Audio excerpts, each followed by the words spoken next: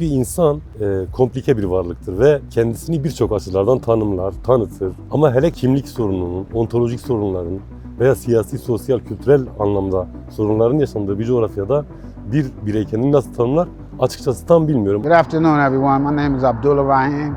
I'm from Albany, New York, the capital district of New York City. I'm 43 years old. I spent a lot of time of my life in jail, in and out of the system. So I'd just like to give you guys a point of view of how the system runs here in New York State. Cezaevine girişimin nedeni ana dilime olan sevgimdi. Kendi ana dilimde yazmak, kendi ana dilimde çizmek ve kendi ana dilimde kendimi ifade etmek istememdi. Ben bir yayın evi açtım, Ronahi Yayın Evi diye bir yayın evi açtım. Bunun akabinde dil çalışmalarında bulundum. Kürtçe dil dersleri verdim, Kürtçe kitaplar çıkardık. Ve DTK'nın dil komisyonunda yer aldım. O dil için çalışmak istediğimden dolayı gerekçe olarak bu gösterilmedi. Gerekçe olarak silahlı örgüt kurma ve yönetme diye bir gerekçe gösterildi. Ortada hem örgüt yoktu açıkçası hem de silah yoktu ama gerekçe buydu. Yalnız gerekçemin ne olduğunu ben iyi biliyorum. Yani dil çalışmalarımdı. I started going to prison at a young age, being a kid running the streets. You know, I started from Spofford. That's the little kiddie jail they put you in. And then as I ran the streets, I graduated to Rikers Island. That's a prison we got in New York State called Rikers Island. From Rikers Island, I went to state prison for doing numerous crimes, selling drugs, guns, possessions, you know, in and out, you know, just doing a lot of felony crimes to provide for my family at that time. They killed my brother, shot me. I got shot 5 times and I was really hurt. So we were real big drug dealers. We had a lot of money and they killed him for the money. I healed up and got street justice. The street justice is you go out, you find the person that hurt you and you shoot them back. I got over 26 years in prison. Hapishane süreci, yani sanırım bir insana hapishane sizin için nasıl geçti derseniz bu biraz absürde kaçan bir soru olabilir. Çünkü neticede adı üzerinde hapishane. Yani oraya girdiğinizde mesela gözaltılar zor geçer. Gözaltılar sıkıcıdır. Ama hapishaneye girdiğinizden itibaren oradaki dostlar size öyle bir samimiyet sunarlar ki kendinizi adeta evde gibi hissedersiniz. İnanın samimiyetimle söylüyorum. Ben hapishane sürecinde tahliye olduğum gün üzüntüden ağladığımı bilirim. Yani o dostlardan kopmak, o arkadaşları orada bırakmak ve bir nebze de olsa, biraz da olsa özgürlüğü yaşamak acı geldi diyebilirim size. Yani tuhaftır belki ama öyle. Çünkü size sunulan arkadaşlık, size sunulan samimiyet sizde bir tat oluşturuyor. Bir iz bırakıyor sizde. Yani özlüyorum diyebilirim. Prison time. Prison is what you make it. It can be, you gotta make a way to do your time in prison. If you stay active in prison as far as working and being programmed, like going to school and doing things of that nature, then time is easy for you. So in prison, in order to do time, you gotta do time and not let time do you. So in order to do that, you have to program yourself in your mind, both physically and mentally. So some people, you know, in there, they go to school, they go to college, they get jobs, various jobs. You have to get active to do time. You know, you wanna stay active in the jail some kind of way, you know, to make your day go by as quickly as possible. So if you was a bad guy in the streets, then people from the streets comes in and they let it be known that you're a tough guy. You know, you're a guy who not to be messed with. And for the most part, your time will go by real smooth, you know, because you're respected in jail, you know. The longer you stay, then you get more and more respect for the new guys that come in, you know. So. İçerideyken sabah 7'de uyanılır. Genel temizlikler yapıldıktan sonra yemek yenir, kahvaltı yenir. 8'de kahvaltı biter. 9'da eğitime başlarsınız. Orada o ortamda işte siyasi, sosyal, kültürel, sizi geliştirebilecek aktarımlarınızı birbirinize paylaşırsınız saat 12'ye kadar. 12'den sonra yemek arasıdır, aradır. Yine ara verilir. Ondan sonra serbestsiniz. Ondan sonra akşam bireysel eğitim var. Bireysel eğitim nedir? Okuma. Yani her birey orada o akşam okumak zorundadır. Most of my time I used to read a lot. I stayed in the law library. I like to help the brothers in jail on their cases. So I spend a lot of my time doing researches on other people's cases, you know, putting in motions, helping them do pill reversals. I like to work out, so I would work out a lot, you know, things of that nature, and keep myself busy in that way, you know, and just watch TV, you know. Korkularım yoktu desem biraz şey gibi gelecek belki size ama hiç korkum yoktu. Üzüntüler var mıydı? 4 çocuğum vardı. Küçük çocuğum da ben cezaevine girerken yürüyemiyordu. Yani bebekti. İlk defa cezaevindeyken ben onun yürüdüğünü gördüm.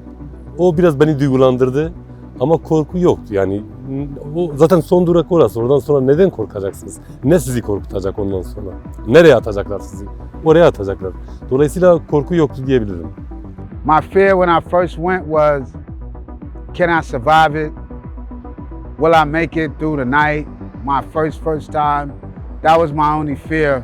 I used to watch and observe a lot of guys, a lot of tough guys. So I really didn't have a lot of fears though. After a couple of months, there is no more fear, you know. You're either gonna stay strong or you're gonna be weak. Only the strong survives in prison. Akıl sağlığı yerinde olmayan bir arkadaşımız geldi içeri. Akıl sağlığı diyorum, ruh sağlığı değil. Yani tamamıyla deli diyebileceğimiz deli bir arkadaşımızdı.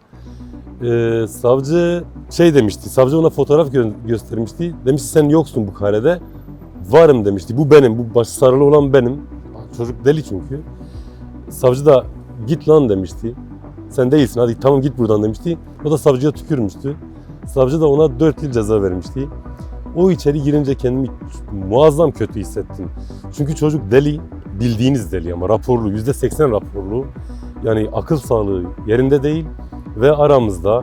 Mesela geldiği gibi çocuk gibi ağlamaya başladı. Beni bırakın dedi. O arkadaş ruhuma çok tesir etti. Yani akıl sağlığı yerinde olmayan birinin, cezai ehliyeti olmayan birinin 4 yılla yargılanması ve bizim koğuşta oluşu ve benim her gün o arkadaşı görüşüm muazzam bir etki oluşturdu bende diyebilirim. My worst story in prison is watching guys get raped by another man. Wasn't a good sight to see another man really take another man's body from him, and the worst thing is watching a guy lose his life. You know, they cut his guy's throat in the yard, and he will never go home to his parents no more, to his family, because they killed him in the yard, you know, for gang banging, you know, so for the most parts, that was pretty much it, you know. Yani geliştirilmeli derken hangi açıdan geliştirilmeli? İktidar açısından mı geliştirilmeli? Yoksa yatan açısından mı geliştirilmeli? Değiştirilmeli derken nasıl değiştirilmeli? Cezai koşullar ağırlaştırılmalı mı? Bu sanırım bir hukukçunun verebileceği bir cevap olur. Yani ben bu konuda farklı düşünüyorum çünkü. Yani cezaevleri başka ülkelerde belki amacına uygun kullanılıyor olabilir ama Türkiye'de cezaevleri sadece bir tehdit unsurudur, baskı unsurudur. Cezai işlem gerektirdiği için cezaevinde değilsinizdir. Muhalif olduğunuz için cezaevindesinizdir. Dolayısıyla cezaevini değiştirmek, geliştirmek derken bence biraz yasaları değil mi? Yani ya da oraya götüren koşulları değiştirip geliştirmek gerekiyor. Cezaevi neticede dünyanın her yerinde olan bir kurumdur. Değiştirilir, geliştirilir ayrı bir şey ama oraya götüren sebep ve sahipler değiştirilip geliştirilmelidir bence. Çünkü biz orada 36 kişiydik koğuşta. 36 kişiden 3 sadece olaya bulaşmıştı. 33'ü sadece düşünce suçlusuydu. Dolayısıyla neyi geliştirip neyi değiştireceksiniz siz? 36 kişilik koğuşun sadece 3 kişisi eylem veya aktivitede bulunmuş. 33'ü ise düşünce suçlusu. Şimdi dolayısıyla hapishaneyi değiştirseniz ne, geliştirseniz ne, yasaları, oraya götüren yasaları veya tehdit unsurlarını değiştirip geliştirmek gerekiyor diye düşünüyorum. If I had to change things in our prisons here, I would change the conditions of the food, make sure that their food is hot because they give you cold food in jail. It's never hot. I would change the conditions of our staff and let our staff not put hands on the prisoners because they beat you a lot in prison. And I would change the way they do the brothers in jail, as far as when Ramadan comes, how they let us eat our food where we used to can bring food back. They stopped a lot of things for the brothers inside, which I feel that's not right. So I would do a lot of changing as far as the staff and medical. You know, the medical staff in prison, they all think that they in charge and they can tell you your condition when they really don't know, but they'll make their own determination of you and run with it, you know. When I say run with it means that what they say goes, you know, instead of analyzing you and coming to a conclusion with your medical condition, you know. They have a lot of problems with that in jail, you know, the medical conditions. You don't have hot water in your cell. Every morning you got to put a rag outside your window so they know that you want hot water. And the guy comes back with a bucket and pours hot water in your bucket for you. Water should be an access to the prisoners at all times in prison. Hapishanedeyken çalışıp para kazanmak mümkün ama kazanılmıyor. Yani şimdi hapishanede iki sistem var. Tarafsızlar sistemi ve taraflılar sistemi diye. Bu ne demektir? Siz herhangi bir örgütle bağınızın olmadığını iddia ederseniz tarafsızlardasınızdır. Size kimse para da göndermez zaten. Aileniz gönderse gönderir. Dolayısıyla el işleriyle bir şeylerle para kazanabilirsiniz belki de. Ama bir de diğer sistem var, taraflar sistemi var. Orada siz diyorsunuz ki ben örgütümün olduğu yere gitmek istiyorum. Örgütümün derken organik bağımın olduğu bir örgüt değil. Duygusal, fikirsel, zihinsel bağımın olduğu örgütün arasında bulunmak istiyorum. Çünkü diğeri adli bir ortam. Ama diğeri siyasi bir ortam. Dolayısıyla siz oraya girdiğinizde hiç size para gelmese bile bir common var. O common'lerden mesela çoğu arkadaşımız vardı. Hiçbir para gelmezdi ama bazı arkadaşlarımız da vardı. Ayda 1-2 milyar para yatırılırdı hesaplarına. Dolayısıyla common şeklinde ilerlediği için yapı sistem biraz değişiyor. Taraflıdaysanız para kazanmasanız da oluyor. Ama tarafsızdaysanız veya adlilerdeyseniz para kazanmak durumundasınız. Gönderen kişi yoksa. You get about $7 every 2 weeks. Some guys get 20. It depends on if you've been there for a long time, then you'll get a better job that will gross $20 every 2 weeks, you know. So they will teach you like construction trades, you know, how to build things with your hands. You can learn about electrical work in there, and they pay you for those classes, you know. You do maintenance work. You can do mess hall work. You can do clerk work. It's various jobs you can do in there. The prisoners run the prison. The prison can't function without prisoners. They're the ones get up at 4 in the morning and go start breakfast and lunch.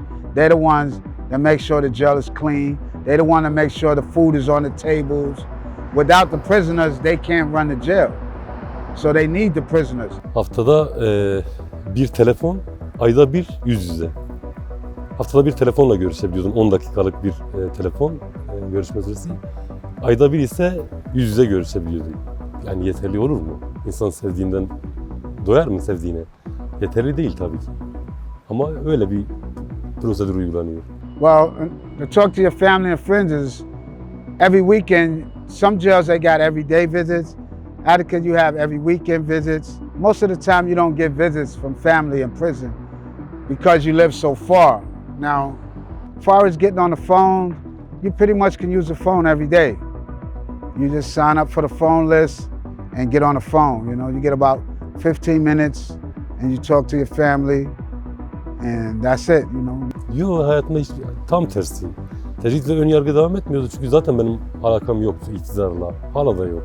Dolayısıyla ben onları ne görür ne duyarım zaten. Kim beni tecrit edecek? Onlar zaten tecrit edilmeyecek durumdayken bile beni tecrit etmek için cezaevine atılır. Zaten ben cezaevinden çıktıktan sonra onlarla bir bağım yok benim. Dolayısıyla tam tersi. Ben gururlu, umutlu ve başı dik bir şekilde çıktım. Herhangi bir tecritte de uğramadım. Yani çünkü zaten iktidarla bağım yok benim. Muhalefette ben bir muhalefetim zaten. Muhalefet bana niye tecrit uygulasın? Herhangi bir tecrit uygulanmadı. They don't be biased against you, but if you've done a lot of time, it's hard to come back out and readjust out here because you got to start from the bottom. Like when I came home, I had to live in a halfway house for a couple of months. Then I had to live in a shelter for like 7 months till I was able to find a 1-bedroom apartment and get myself started to live in society again. Bende duygusal anlamda biraz değişim oldu. Yani siyasi veya kültürel veya sosyal, zihinsel yapımda bir değişiklik söz konusu olmadı ama duygusal açıdan biraz değişiklikler hissettim kendimde. Ne gibi değişiklikler? Yani oradaki arkadaşları görüp, onların masumiyetlerini görüp, onların sırf düşüncelerinden dolayı, ideolojilerinden dolayı orada rehin olarak tutulmaları bende duygusal bir iz bıraktı diyebilirim. Ama öyle hani köklü karakter yapımında ciddi bir değişiklik yaptırabilecek bir değişim de söz konusu olmadı. Duygusal bir kırılma yaşandı, öyle söyleyebilirim size. Well, I'm changed my character within myself because I learned to have more patience.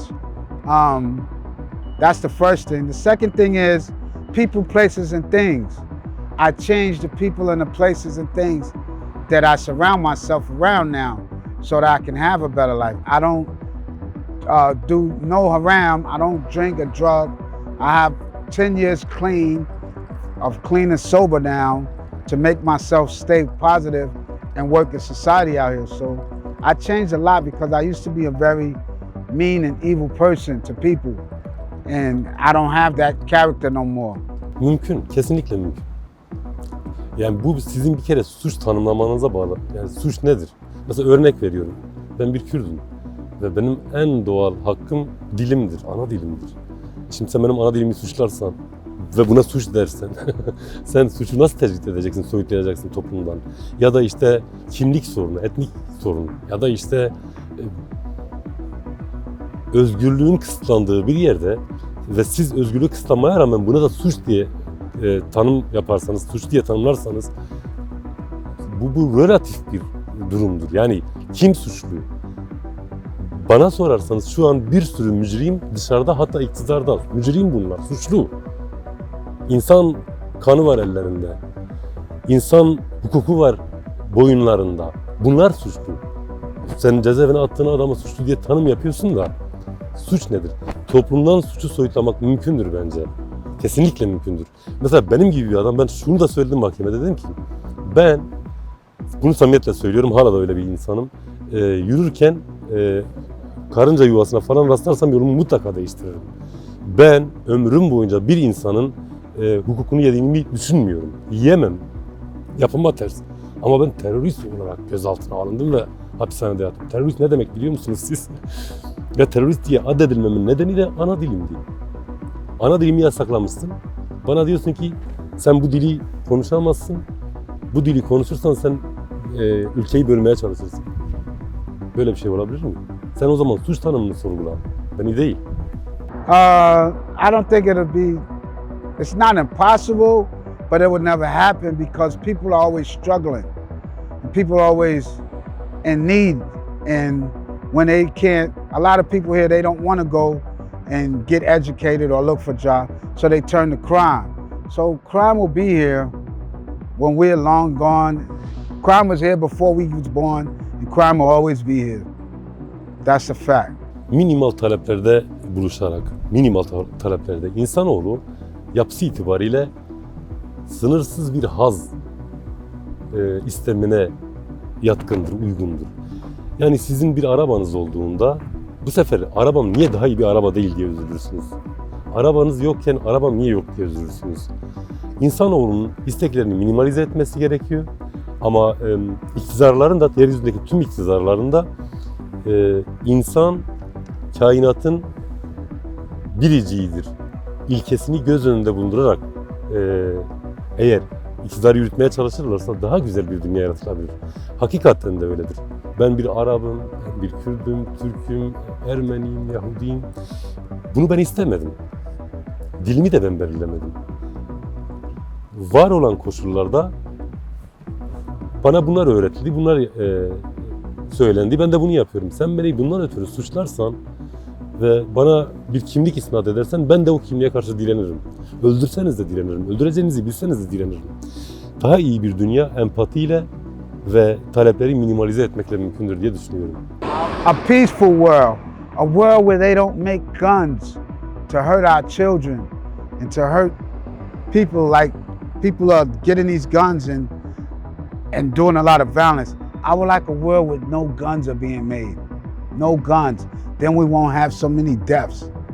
That's just my thought, my opinion. Take away all the rapists, guys that rape little girls and little boys. Remove them from the earth. Just take them out of here. They don't belong here. To do something like that to a kid, yeah, we despise that in prison. So y'all know that. Y'all coming here. We despise people, pedophiles and perverts, you know, that do stuff to our kids. And the people that kidnap our kids and send them wherever to do bad things to our kids, I would get rid of those people in my world. Benim eklemek istediğim şey şu, yani şu anda dediğim gibi o 36 kişilik koğuştan 33'ü sadece düşünce suçlusuydu. Tabii onlar gibi on binlerce insan şu an cezaevinde sadece düşünce suçlusu olarak tutuluyor, duruyor. Biz iktidardan insaf, vicdan falan beklemiyoruz, merhamet falan beklemiyoruz. Sadece onlara selamlarımı gönderiyorum, saygılarımı gönderiyorum. Onların daha yaşanılabilir bir dünya için orada olduklarını biliyorum, bunun bilincindeyim. Yeah, my dream is to find me a nice Muslim wife and to just get me a little house and maintain a job right now and just want to be normal like normal people right now. That's my goal, is to strive to find me, Allah, alhamdulillah, that He will bless me with a Muslim wife and that I may have my daughter and her and just a normal life.